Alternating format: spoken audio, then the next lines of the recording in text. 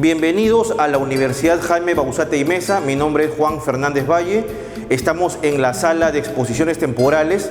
Durante los meses de octubre y noviembre del año 2021, la Universidad Jaime Bauzate y Meza presenta la exposición histórica titulada Música Criolla, Identidad Nacional, donde vamos a mostrar una parte de la gran variedad cultural y artística del Perú, como es su música criolla, la cual forma parte del patrimonio inmaterial y nos ayuda a fortalecer la identidad nacional. Esta exhibición va a estar abierta de manera virtual y también de manera presencial durante estos 2 meses de octubre y noviembre del año 2021 y todos son cordialmente bienvenidos. Muchas gracias. El término criollo, que viene del verbo criar, se refería originalmente al hijo de español nacido en América durante la dominación virreinal, más o menos del siglo XVI al siglo XIX. Por extensión, el término criollo también se refirió al mestizo. Este criollo produjo toda una cultura mixta en la cual salen elementos culturales, musicales, gastronómicos, religiosos, etc. Y dentro de ellos también lo que vamos a llamar después la música criolla. El criollo, al ser hijo de español nacido aquí en el Perú, no tenía el mismo acceso social, cultural, económico, político que sí tenía el español nacido en la península. Por lo tanto, los españoles llamados criollos, los mestizos, que eran personas con cierto nivel de ilustración, empezaron a desarrollar sentimientos de identidad con el suelo donde habían nacido. E incluso muchos criollos han sido ideólogos y han sido participantes de la gesta independentista debido a esta identificación de lo que se puede llamar el germen de la nación peruana. Los orígenes de lo que podemos llamar música criolla, es decir, textos y melodías que se pueden ya identificar, más o menos tienen un origen en el siglo XVIII. De hecho, algunos ritmos como el gato, el maicillo, la zamacueca, la mozamala, la sanguaranya, etc., ya se empiezan a vislumbrar en los textos de los viajeros extranjeros que llegaron al Perú virreinal. También se ven en los textos de los escritores tradicionales peruanos como Ricardo Palma, Asensio y Segura, entre otros, y se pueden ver también en las acuarelas, en las ilustraciones de algunos viajeros y algunos artistas peruanos, como el caso de Pancho Fierro, donde se puede ya mostrar lo que sería el germen de la música criolla a través de estos ritmos que han evolucionado en lo que hoy día conocemos ya como el vals, la zamacueca, el tondero, el festejo, etcétera, que ya son típicos de la música criolla contemporánea. Lo que conocemos como la música criolla se fue consolidando aproximadamente entre fines del siglo XIX e inicios del siglo XX con diversas influencias. Como se sabe, el pueblo andino es la base de lo que vendría a ser la nación peruana y sobre eso llegaron diversas influencias. En el caso de la música criolla, por ejemplo, básicamente es la influencia europea a través de, por ejemplo, los valses, las polcas, las mazurcas, etcétera, que eran europeos, pero básicamente españoles. El idioma, en este caso, la música criolla se canta en idioma español. Tenemos las guitarras, los pianos, los dichos, la jota, etcétera, y también la importante presencia del pueblo afroperuano, que contribuyó, por ejemplo, con diversos elementos como el cajón, como la quijada, como la cajita, etcétera, que van a enriquecer y le van a dar una particularidad especial a lo que hoy día para nosotros constituye la llamada música peruana criolla, que como se ve ha sufrido una larga evolución más o menos del siglo XVIII hasta la actualidad.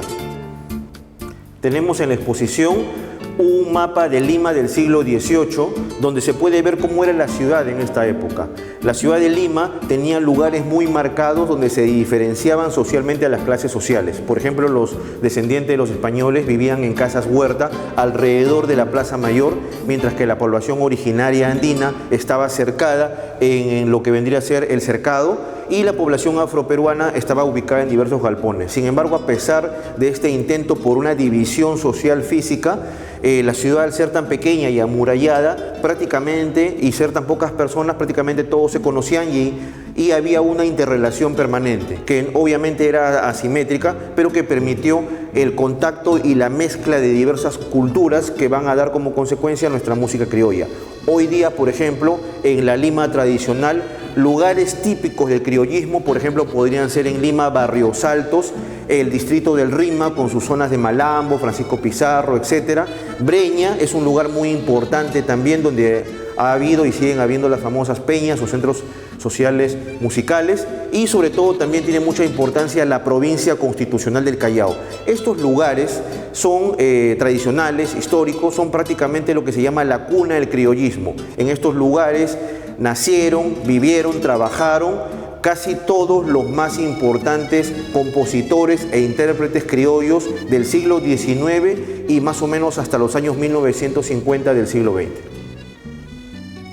Los temas que se tratan en las canciones criollas son diversos. Podemos encontrar letras vinculadas al suelo patrio, a la nación, a los héroes, a la madre, a temas románticos, temas humorísticos, políticos, gastronómicos, donde muchas veces se utiliza la jerga y la replana, por ejemplo. La música criolla fue evolucionando en lo que llamamos las peñas, ¿no? Que el término peña es un término español y se refería a hacer una actividad musical en espacios que pudieran ser las casas o espacios públicos como callejones, como patios, etc. Como fue en el siglo XVIII y XIX, en el siglo XX también el vals, el foxtrot, etcétera, ritmos europeos ya más modernos fueron influenciando también la música criolla. Y del siglo XIX en adelante es lo que se llama la Guardia Vieja, diversos compositores cuya información se ha perdido. Sin embargo, rescatamos a los más principales. Los más icónicos, por ejemplo, podrían ser el famoso autor Felipe Pinglo Alba, autor del Plebeyo, un compositor muy importante e icónico de la música peruana. Podemos también recordar a Montes y Manrique, Eduardo Montes y César Manrique, quienes son llamados los padres del criollismo. Ellos grabaron por primera vez en Estados Unidos una cantidad de más de 200 canciones en más de 90 long plays, que lo que hicieron fue registrar por primera vez nuestra música criolla. También otro hito muy importante es el famoso escritor costumbrista peruano don Abelardo Gamarra, el Tunante, quien, como se sabe, es el autor de La Concha de Perla y le puso marinera, le puso el nombre de marinera al baile tradicional peruano, que originalmente lo conocían como la cueca y algunos le llamaban como la chilena, vinculándolo con la cueca chilena. Entonces le llamó la marinera en homenaje a Grau y a sus compañeros que murieron en el combate de Angamos. Entonces estos personajes, digamos, van a ser muy importantes, y hacia el siglo XX, antes de que se cree el Día de la Canción Criolla, el 24 de junio, día de la fiesta de San Juan de Amancaes en el Rímac, también había presentaciones, concursos criollos, donde iba prácticamente toda la ciudad de Lima y se mezclaban todas las clases sociales. A lo largo del tiempo también, por ejemplo, en los años 30, el criollismo llega al cine con las primeras películas como Gallo de mi Galpón, por ejemplo, y también se hace el primer videoclip en los años 50, Yo la quería patita, con el carreta Jorge Pérez. Y de esta manera vemos cómo ya nuestra música tradicional es registrada en diversos formatos, como el disco, como la radio también es muy importante, el cine y otros elementos que van a permitir cierta continuidad y que no se pierda parte de la información que ya se había perdido hacia el siglo XIX.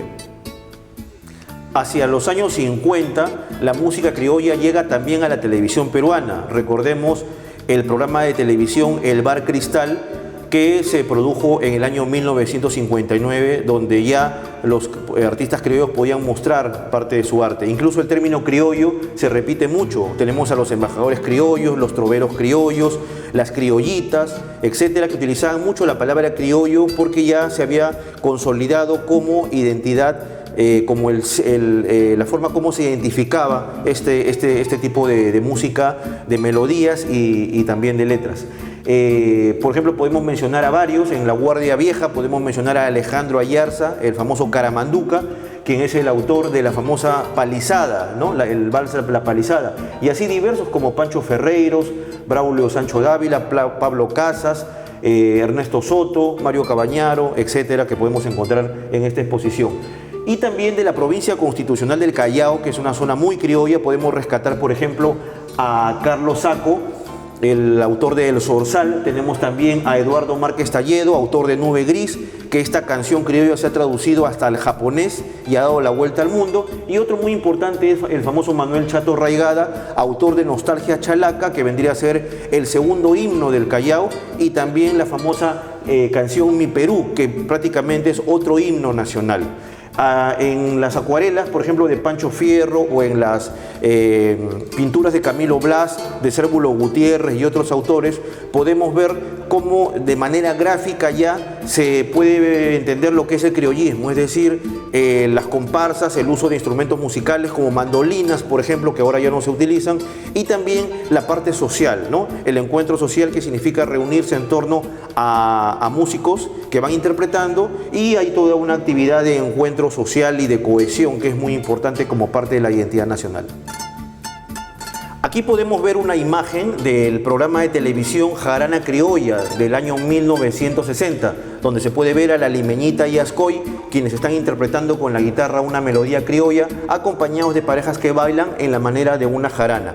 Si bien la música criolla ya no tiene la presencia masiva que tenía antiguamente, ha ido evolucionando y avanzando. Por ejemplo, hacia los años 70, entre los años 60 y 70, la influencia del rock, el pop, la balada, los blues, los ritmos afroamericanos, etcétera, van a influir en las nuevas melodías, y a lo largo del tiempo ya ha ido cambiando y, digamos, actualizándose esta música. Tenemos a diversos compositores ya más o menos de los años 40 y 50 en adelante que van a hacer un tipo de música criolla distinta a la tradicional, a la del siglo XIX y moderna.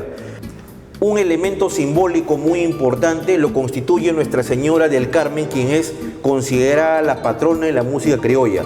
En su santuario, ubicado en Barrios Altos, en Lima, allí se hace una serie de presentaciones cuando se celebra el Día de la Canción Criolla.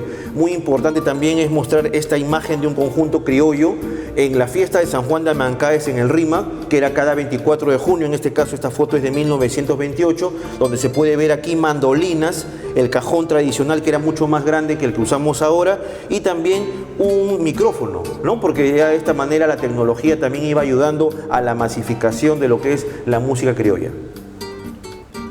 A lo largo del tiempo, los criollos buscaron un reconocimiento de la música criolla, tanto un reconocimiento social como un reconocimiento político.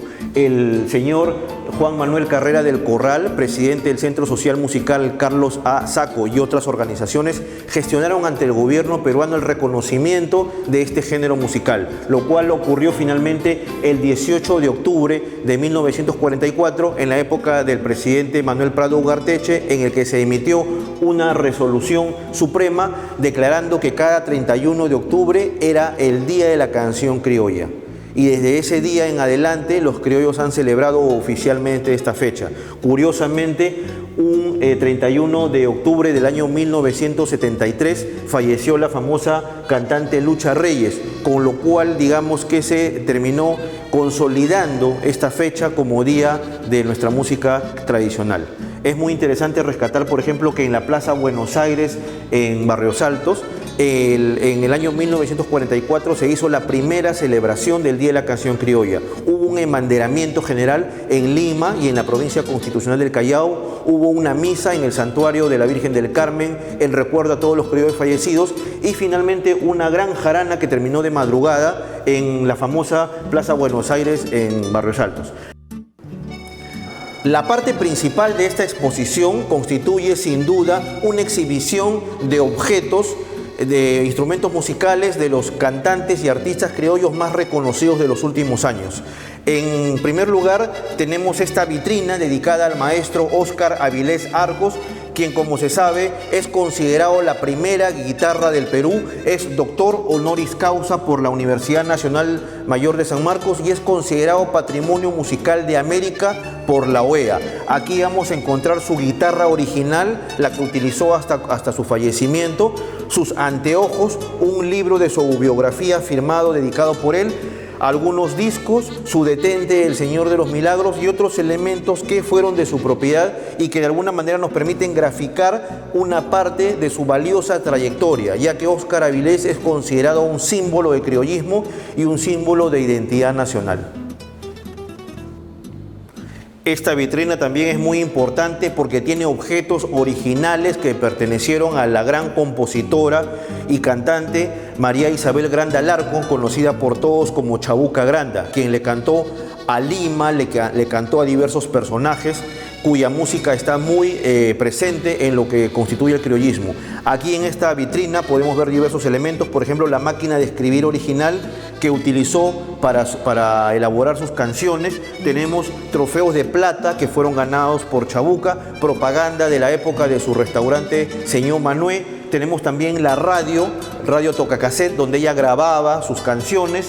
Tenemos también 2 estampillas postales que fueron emitidas en homenaje a Chabuca Granda originales y el nuevo billete de 10 nuevos soles que ha salido con el rostro de Chabuca.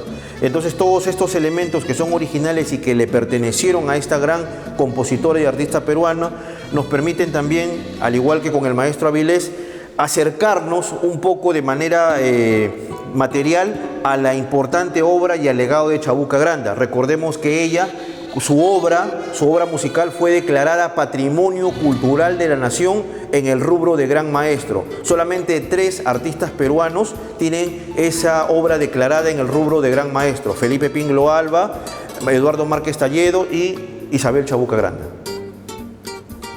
Esta parte de la exhibición está consagrada al recordado cantante y cajonero Arturo Cabero Velázquez, nuestro querido Sambo Cabero. Tengo aquí el cajón de percusión de cedro original que le perteneció, que se puede ver en la muestra.